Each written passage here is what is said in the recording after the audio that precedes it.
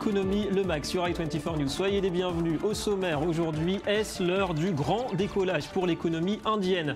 Budget ambitieux dévoilé ce week-end, 8% de croissance attendue pour 2015-2016 et l'optimisme aussi des investisseurs. 9 mois après son arrivée au pouvoir, Narendra Modi est attendu au tournant. L'impression sur place avec un homme d'affaires, c'est dans quelques minutes. Et puis avant cela, un point rapide avec Eric Lewin sur l'euphorie actuelle des bourses européennes. Plus 15% en moyenne pour les grandes places depuis le 1er janvier. Chute des cours des matières premières, taux d'intérêt proche de 0, baisse surtout de l'euro. La fête peut-elle durer encore longtemps? Éclairage dans un instant. Voilà pour les titres, merci d'être avec nous. Le tour du monde d'abord de l'actu économique qui commence en Chine aujourd'hui avec un plus bas pour le yuan face au dollar depuis 2 ans et demi. 6,15 pour $1, c'est le cours pivot fixé ce lundi par la Banque populaire de Chine pour sa monnaie. 6,27 sur le marché spot. Alors voulu ou non, cette dépréciation survient peu après l'abaissement du principal taux d'intérêt à 5,35%, 25 points de base en moins, c'était samedi. Deuxième intervention en 3 mois pour la Banque centrale chinoise qui tente de soutenir la croissance. Pékin fait face, on le rappelle, à un ralentissement de l'activité doublé d'un risque de déflation. Même risque de déflation en Europe, mais c'est toujours la Grèce qui reste au cœur des attentions. L'Eurogroupe invite ce lundi Athènes à s'atteler rapidement à ces réformes en promettant, le cas échéant, des versements d'aide financière dès le courant de ce mois de mars. Et on se souvient d'ailleurs des critiques ce week-end d'Alexis Tsipras envers l'Espagne et le Portugal, accusés d'avoir tout fait pour durcir les négociations sur la dette. 2 pays en pleine campagne électorale et qui craindraient, selon lui, une réussite contagieuse de la gauche grecque. Écoutez la réaction hier du Premier ministre espagnol. Nous voulons le meilleur pour le peuple grec. Nous voulons les aider à surmonter cette situation difficile et ce sera fait s'ils agissent avec responsabilité et bon sens. Je tiens à dire que chaque décision au sein de l'Union européenne est prise à l'unanimité. L'Espagne et le Portugal ont voté de la même manière que les autres pays membres. L'actualité en France, et d'abord ce chiffre, 940 millions d'euros, c'est le montant du renforcement de la lutte antiterroriste chiffré hier par le ministre des Finances. Plus de gendarmes, plus de policiers, de militaires en réponse bien sûr aux attentats de janvier. Et côté financement, l'intégralité de ces dépenses, promet Michel Sapin, sera compensée par de nouvelles économies. En parallèle, la lutte contre l'évasion fiscale devrait rapporter cette année 2 milliards d'euros, des recettes qui devraient aider Paris à réduire son déficit comme l'exige Bruxelles. Notez aussi la hausse une fois de plus du nombre d'immatriculations de voitures neuves dans l'Hexagone, 147 000 en février, plus 4,1% d'après le comité des constructeurs français d'automobiles. Un mot aussi de la clôture hier à Paris du salon de l'agriculture. Pas de record, 691 000 visiteurs contre un pic l'an dernier à 703 000. Bilan honorable en tout cas pour une 52e édition très politisée une fois de plus qui a fait la part belle à l'innovation et à l'industrialisation du secteur. Secteur qui malgré le déclin de ses revenus reste indispensable à l'économie pour le président du salon. La France a besoin de son agriculture en termes d'emploi, en termes d'occupation du territoire, en termes de balance commerciale. Donc l'agriculture, si on veut qu'elle tienne sa place sur les 3 points que je viens de citer, elle est condamnée, obligée d'exporter. Et exporter, c'est se mettre dans la compétition. Être compétitif, c'est être économiquement le mieux placé.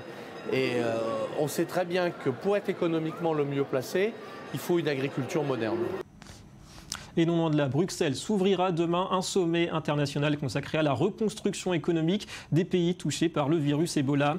600 participants, 80 délégations, dont bien sûr les chefs d'État des 3 pays les plus concernés, Guinée, Libéria et Sierra Leone. D'après la Banque mondiale, représentés également, ces 3 pays perdront 1,6 milliard de dollars de revenus cette année à cause de l'épidémie, plus de 12% de leur rendement économique, avec une récession à la clé pour Conakry et Freetown. Et puis les images de l'une des vedettes cette année du grand rendez-vous de l'univers mobile à Barcelone. Samsung a dévoilé son arme anti-iPhone 6, le Galaxy S6. Vous le voyez, 2 versions pour ce modèle phare, dont l'une arbore des bordures latérales incurvées. Et oui, le fabricant sud-coréen est en perte de vitesse, notamment face à Apple. Recul des parts de marché, lourde chute aussi l'an dernier du bénéfice opérationnel de sa division mobile. Ce S6 revêt un caractère stratégique pour la marque à l'heure où 2,1 milliards d'humains possèdent aujourd'hui un smartphone. Apple et Samsung sont 2 grandes marques de téléphone, les 2 plus importantes du marché, celles dont tout le monde parle. Donc nous comparons, mais nous pensons que ce sont 2 marques très différentes qui apportent des solutions différentes pour le marché. Et cela est très bien, non? Parce que les consommateurs obtiennent un vrai choix, une vraie offre différente.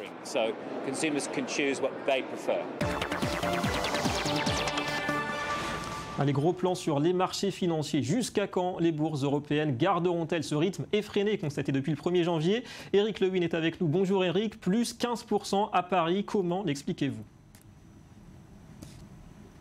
Plus 15% à Paris, plus 16% en Allemagne, plus 16% en Italie. Les bourses européennes caracolent en tête depuis le début de l'année. Ce sont 2 mois exceptionnels sur les marchés européens. Alors pourquoi une telle hausse? D'abord, il y a la conjonction macroéconomique de 2 faits.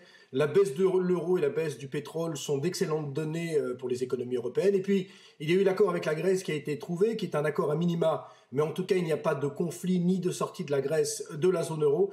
Et puis, on a de bonnes nouvelles également du côté des États-Unis avec une normalisation de la politique monétaire qui devrait avoir lieu à la fin du mois de juin. Et encore, elle sera faite de façon prudente. Bref, tous les éléments sont en place pour que le marché continue à monter. Attention toutefois, parce qu'en fin de semaine, on aura le chiffre du chômage américain. S'il est légèrement moins bon que prévu, les marchés pourraient baisser, surtout qu'ils ne sont pas donnés. À New York, on vaut 17 fois les bénéfices. Et à Paris, on vaut entre 15 et 16 fois pour les plus grandes valeurs. Autant dire que les marchés ne sont quand même pas donnés au cours actuel. À surveiller, bien sûr. Merci, Eric. L'Inde, on y vient, ambition de retour pour ce pays de plus d'1 milliard d'habitants, pénalisé ces dernières années par une forte inflation et un important déficit commercial. Il faut croire que l'arrivée au pouvoir des conservateurs l'an dernier a rassuré les investisseurs et le budget dévoilé ce week-end pour 2015-2016 devrait conforter ces espoirs. Priorité aux infrastructures, à l'industrie, le social n'est pas en reste, mais New Delhi atteindra-t-il son objectif? Plus de 8% de croissance. Le point en image, Johanna Citruc. Il est arrivé au pouvoir en mai 2014. Des élections remportées grâce à ses promesses de réforme et de relance de l'économie indienne. Mais les mesures de Narendra Modi se font attendre. Jusqu'à la présentation du budget 2015-2016 devant le Parlement le 28 février dernier. Le gouvernement dirigé par le Premier ministre Narendra Modi a décidé plusieurs réformes importantes pour dynamiser l'économie. La crédibilité de l'économie indienne a été rétablie. À présent, le monde prédit que l'Inde est prête à décoller. Décoller en misant sur la croissance, car selon les prévisions, la hausse du PIB indien devrait s'accélérer pour atteindre plus de 8% pour l'année fiscale à venir. Sur la base des derniers chiffres, le PIB estimé pour 2014-2015 est de 7,4%.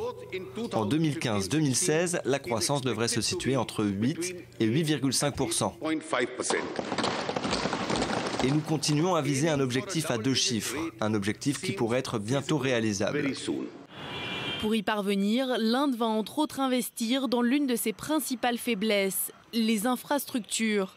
700 milliards de roupies supplémentaires, un peu plus de 11 milliards de dollars, seront donc consacrés aux rails, aux routes et aux ports du pays. Mais le gouvernement de Narendra Modi ne s'est pas arrêté là.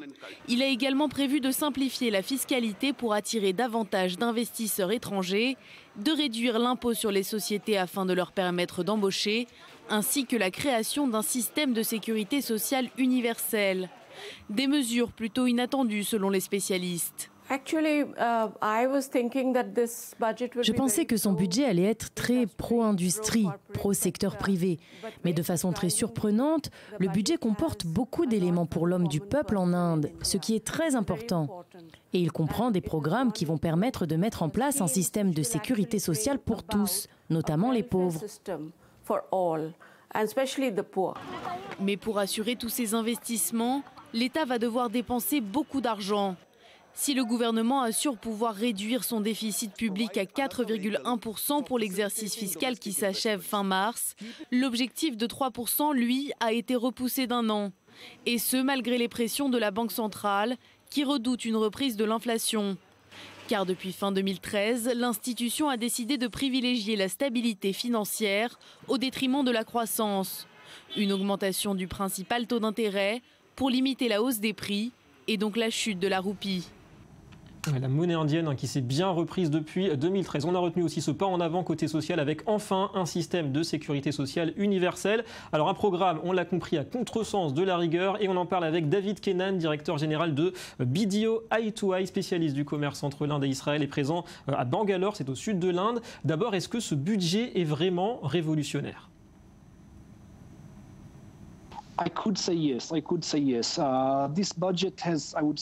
Je dirais que oui. Oui, ce budget se focalise sur 3 points principaux.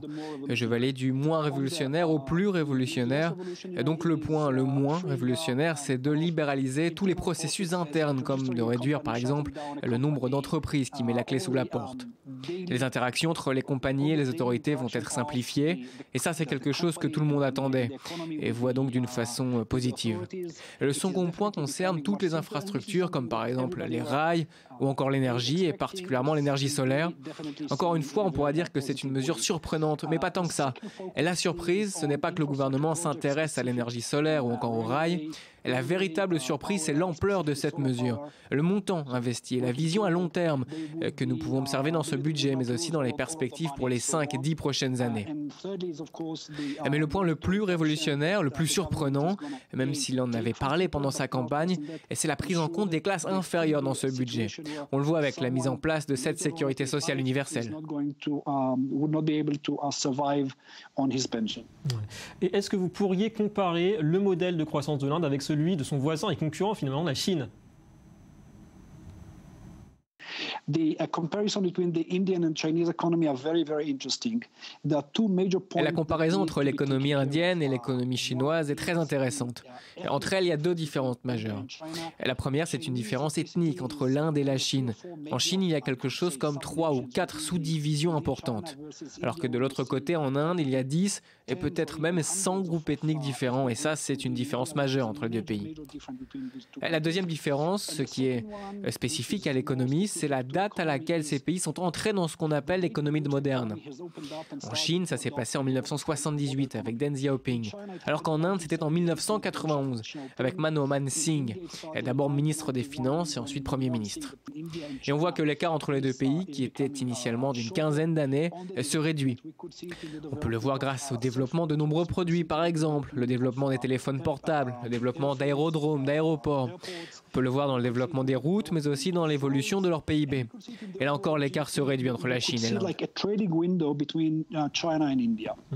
Un mot aussi, David Kennan, de l'essor des relations entre l'Inde et Israël. C'est une tendance qui est solide pour vous ?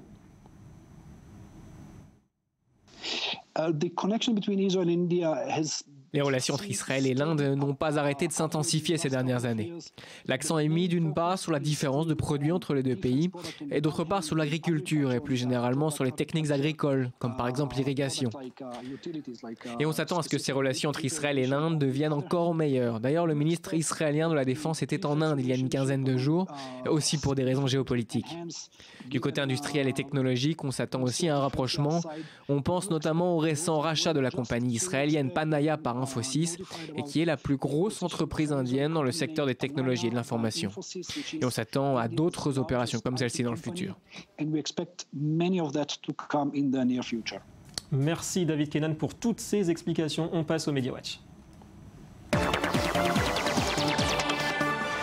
La revue de presse avec Elsa Mimoun aujourd'hui qui revient sur ce fiasco de l'AFP qui a annoncé à tort samedi le décès de Martin Bouygues. Bonjour Elsa. Oui, bonsoir. C'est TF1 qui a démenti. Tout à fait, un couac monumental. L'homme d'affaires est toujours en vie, il va bien même être très bien. Il est âgé de 62 ans, il est à la tête, je vous le rappelle, du groupe éponyme Bouygues. Et grâce à ses activités, notamment dans la construction, l'immobilier, les télécommunications, encore les médias, il a réussi à s'implanter dans plus de 80 pays dans le monde. Et malgré quelques difficultés en 2014, la compagnie a affiché un chiffre d'affaires stable, à savoir 33 milliards d'euros et un bénéfice net en hausse, 807 millions d'euros. Alors si en 2015, les performances financières devraient simplement se solidifier, et bien d'après les prévisions, 2016 serait l'année du retour de la croissance. À suivre. Et puis Elsa, l'Arabie Saoudite qui ouvre ses portes aux journalistes, les portes de ses prisons antiterrorisme. On peut dire que l'ambiance est plutôt au luxe. Voilà, l'Arabie Saoudite est accusée de torturer ses prisonniers. Eh bien, elle a décidé d'ouvrir donc ses centres d'incarcération aux journalistes, mais cette initiative, cette tentative de transparence, si je peux l'appeler ainsi, pourrait se retourner contre Riyad parce que ces établissements ressemblent plus à des hôtels 5 étoiles qu'à des centres de détention. C'est en tout cas ce que raconte le très sérieux journaliste du Washington Post qui a visité l'une des 5 plus grandes prisons spécialisées donc dans la lutte contre le terrorisme également. D'après lui, les cellules sont suréquipées puisque dans chacune d'elles, il y a un lit king size, taille, une télévision, une douche ou encore un frigo.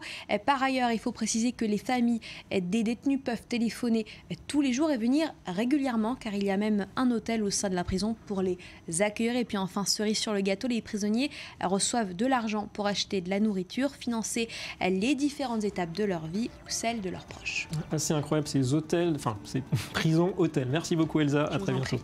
Voilà, fin de cette édition. Merci à vous d'avoir été avec nous. Économie Le Mag revient demain sur i24 News, la Côte d'Ivoire notamment au programme, et l'info qui continue. Restez avec nous.